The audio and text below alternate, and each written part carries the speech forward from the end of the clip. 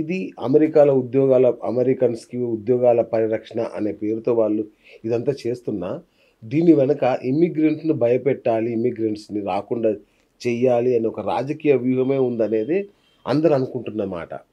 ఏమై ఉంటది సార్ ఇది?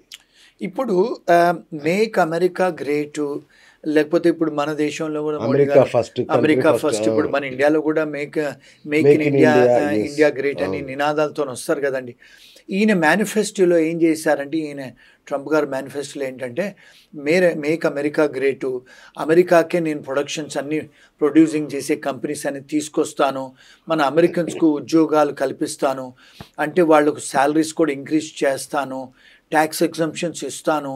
అంటే గతంలో చూసుకుంటే అమెరికాలో ఇన్కమ్ ట్యాక్స్ లేదండి. యాక్చువల్గా టారిఫ్స్ మీదనే ఆ కంట్రీ నడిచేది సెకండ్ వరల్డ్ వార్ అప్పుడు.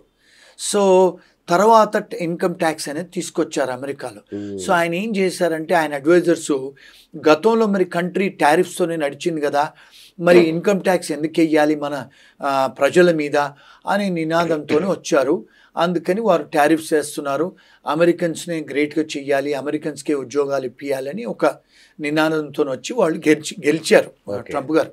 రెండోది ఏంటంటే, అమెరికాలో అండి ఇప్పుడు చూసుకుంటే చాలామంది ఇల్లీగల్ ఇమిగ్రెంట్స్ ఎక్కువైపోయారు. లక్షలలో కోట్లలో ఇమిగ్రెంట్స్ అయిపోయారు. ఇప్పుడు మెక్సికన్సే కానీ, సౌత్ అమెరికన్సే కానీ, చైనీస్ వాళ్ళు కూడా చాలా ఇల్లీగల్ ఇమిగ్రెంట్స్ ఉన్నారు, ఇండియన్స్ కూడా ఉన్నారు, చాలామంది ఉన్నారు. సో ఇప్పుడు వాళ్ళందరినీ కూడా టార్గెట్ చేసి, వాళ్ళందరినీ కూడా అరెస్ట్ చేసి, వాళ్ళు ఎక్స్పెడైటెడ్ రిమూవల్ చేస్తున్నారు, అంటే డిపోర్ట్ చేస్తున్నారు. అంటే చాలామందికి ఇప్పుడు ప్రతిరోజు నిన్నగాక మొన్న కూడా వాళ్ళు ఇప్పుడు చైనీస్ రెస్టారెంట్స్ మీద దాడి చేస్తున్నారు, అంటే రేడ్స్ చేస్తున్నారు. రేడ్స్ చేస్తే ఇమిగ్రేషన్ పోలీస్ వాళ్ళకి రిఫ్రిజిరేటర్లలో పాస్పోర్ట్లు దొరుకుతున్నాయి, దొంగ పాస్పోర్ట్లు, దొంగ డ్రైవింగ్ లైసెన్స్లు, దొంగ ఐడి కార్డులు, అన్నీ దొంగ దొరుకుతున్నాయి. మరి వాళ్ళు ఏం చేస్తున్నారంటే, ఇప్పుడు అన్ని చైనీస్ రెస్టారెంట్ల మీద రేడ్ చేస్తే అమెరికా మొత్తంలో దానికి మనీ లాండరింగ్ కూడా చేస్తున్నారు చైనీస్. మనీ లాండరింగ్ కాకుండా even drug offences, drug trafficking, drug cartels కూడా ఉన్నాయంట. ఇప్పుడు విపరీతమైన అంటే క్రైమ్ బయటపడుతుంది. గతంలో వీళ్ళు ఏమనుకునే వాళ్ళు అంటే, ఈ డ్రగ్ కార్టల్స్ అంతా కూడా సౌత్ అమెరికన్సే చేస్తున్నారు అనుకునేవాళ్ళు, కానీ ఇప్పుడు చూస్తుంటే చైనీస్ వాళ్ళు కూడా చేస్తున్నారు. మరి ఇప్పుడు లీగల్ ఎన్ఫోర్స్మెంట్ ఎక్కువ అవుతుంది, వాళ్ళందరినీ పట్టుకుంటున్నారు ఇప్పుడు. అంటే ఒక్క ఇండియన్స్ టార్గెట్ ఏం లేదండి అక్కడ, ఎందుకంటే ఇండియన్స్ కూడా కొంతమంది ఉన్నారు మన వాళ్ళు, అంటే గుజరాతీసు, పంజాబీసు, కొంతమంది తెలుగు వాళ్ళు, సౌత్ ఇండియన్స్ కూడా ఇల్లీగల్గా రోడ్ అంటే క్రాస్ ఉన్నారు. సో అంటే స్టూడెంట్సే కానీ H1B వాళ్ళని ఎందుకు తను తీసుకున్న డిసిషన్స్ ఎఫెక్ట్ అవుతున్నాయంటే, 70+% మన ఇంటర్నేషనల్ స్టూడెంట్స్ ఇండియన్సే, అంటే డబ్బు ఖర్చు పెట్టుకొని చదువుకోవడానికి పోయిన వాళ్ళు, తర్వాత కాస్త చైనీస్, వేరే కంట్రీస్ వాళ్ళు. మరి H1B ప్రోగ్రామర్స్ కూడా మన వాళ్ళే, ఎందుకంటే హైటెక్ ఐటీ ప్రొఫెషనల్స్ అంతా మన వాళ్ళే. 70-75% మన వాళ్ళు మరి మాస్టర్స్ ఇన్ కంప్యూటర్ సైన్స్ చేస్తే మరి ఉద్యోగాలు మన వాళ్ళే కదా తీసుకునేది. రెండోది ఏంటంటే, మనం అర్థం చేసుకోవాల్సింది, మోర్ దెన్ 70% ఐటీ కంపెనీస్ మన ఇండియన్సే రన్ చేస్తారండి. ఐటీ ప్రొఫెషనల్స్ కూడా మోర్ దెన్ 70% మన వాళ్ళే ఉన్నారు. సో టెక్నాలజీ వర్కర్స్కి ఏదన్నా డెసిషన్ తీసుకుంటే మెజారిటీ ఎఫెక్ట్ అయ్యేది మన ఇండియన్స్కే.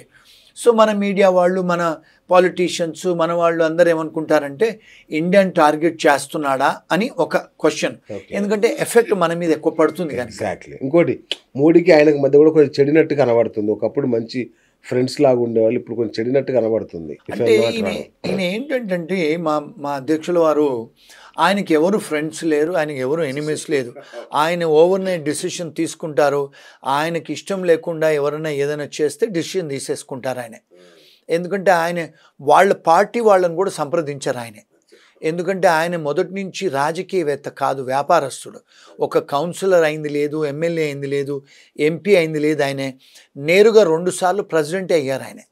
మరి ఆ మెచ్యూరిటీ, ఆ బిజినెస్ మ్యాను, ఆయన richest man in the world కదా, ఆయన లెవెల్లోనే చేస్తారు. సో రాజకీయ పరంగా అడ్వైజులు తీసుకొని, ఆయన దగ్గర ఎవరైతే అడ్వైస్ తీసుకొని డెసిషన్ తీసుకోరు వారు. సార్, ఇప్పుడు ఫెడరల్ కోర్ట్స్లలో చాలా వాటిల్లో కేసులు పడ్డాయి కదా ఈ $1,00,000 ఇష్యూ మీద.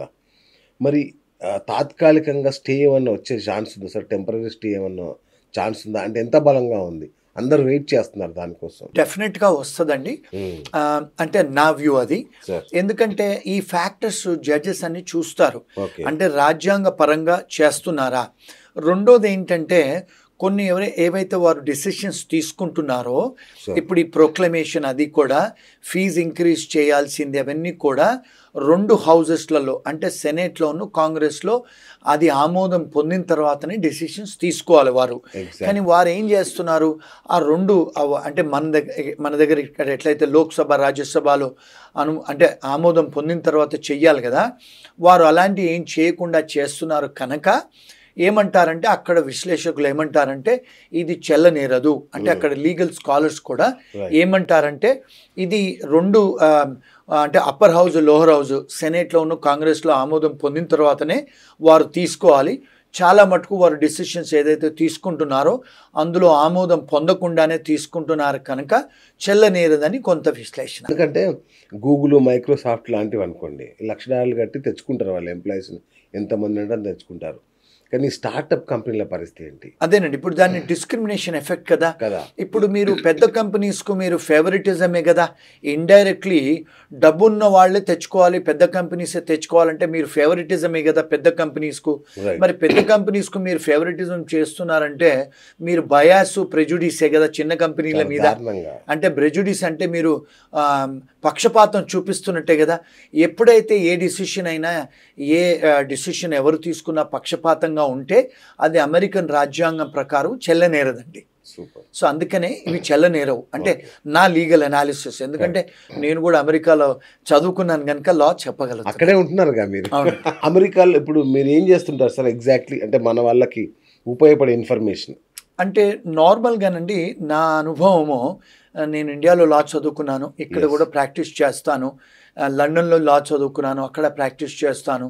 ఆస్ట్రేలియా కూడా లా చదువుకున్నాను, అమెరికాలో కూడా లా చదువుకున్నాను. మళ్ళీ పిహెచ్డి ఉంది ఆర్టిఫిషియల్ ఇంటెలిజెన్స్లో. నేను కొన్ని కన్సల్టింగ్ కంపెనీస్ కూడా అడ్వైస్ చేస్తూ ఉంటాను. మా ఫర్మ్స్ ఏంటంటే ఎవరైతే ఎన్ఆర్ఐస్ ఉంటారో Yes. వాళ్ళకి ఏదన్నా ఇబ్బందులు కలిగితే అంటే ఇప్పుడు మ్యారేజ్ ప్రాబ్లమ్స్ అయినా లేకపోతే ఎంప్లాయ్మెంట్ ప్రాబ్లమ్స్ అయినా వీసా ప్రాబ్లమ్స్ అయినా ఏ ప్రాబ్లమ్స్ అయినా వాళ్ళకు మేము సూచనలు సలహాలు ఇస్తూ ఉంటాము. Okay. ఎస్పెషల్లీ తెలుగు వాళ్ళు ఫోన్ చేస్తూ ఉంటారు మాకు, ఎందుకంటే వాళ్ళకు కంఫర్టబుల్ ఫీల్ అవుతారు తెలుగులో అడిగితే అని. మేము అందరిలాగా ఏదో $500 తీసుకొని సూచనలు సలహాలు ఇవ్వము, చాలాసార్లు కూడా ఫ్రీగా ఇస్తాము. ఇచ్చి వాళ్ళకి ఏదైనా కూడా ప్రాబ్లమ్స్ హెల్ప్ చేస్తాం. రెండోది ఏంటంటే ఇక్కడ అర్థం చేసుకోవాల్సింది మీ ప్రేక్షకులు, ఇప్పుడు మీరు ఒక ఇండియన్ అడ్వకేట్ దగ్గరికి వెళ్ళారు అనుకోండి ఒక విడాకుల గురించి, వాళ్ళు ఇండియాకు సంబంధించిన లా ప్రకారమే అడ్వైస్ చేస్తారు.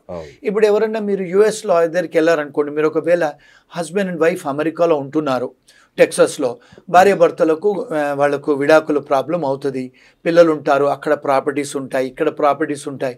ఎవరైనా మీరు టెక్సాస్లో అమెరికన్ అటార్నీ దగ్గర పోతే ఆయన అమెరికన్ లా ప్రకారమే చెప్పగలుగుతాడు. మరి ఒకవేళ వీళ్లకు ఇండియాలో పెళ్లి చేసుకొని హిందూ ధర్మం ప్రకారం అక్కడికి వచ్చి విడాకులు తీసుకోవాలనుకుంటే మరి అక్కడ ఒక బిడ్డ పుడుతుంది, ఇక్కడ ఒక ఇండియాలో బిడ్డ పుడుతుంది, ఇక్కడ ప్రాపర్టీస్ ఉంటాయి, అక్కడ ప్రాపర్టీస్ ఉంటాయి.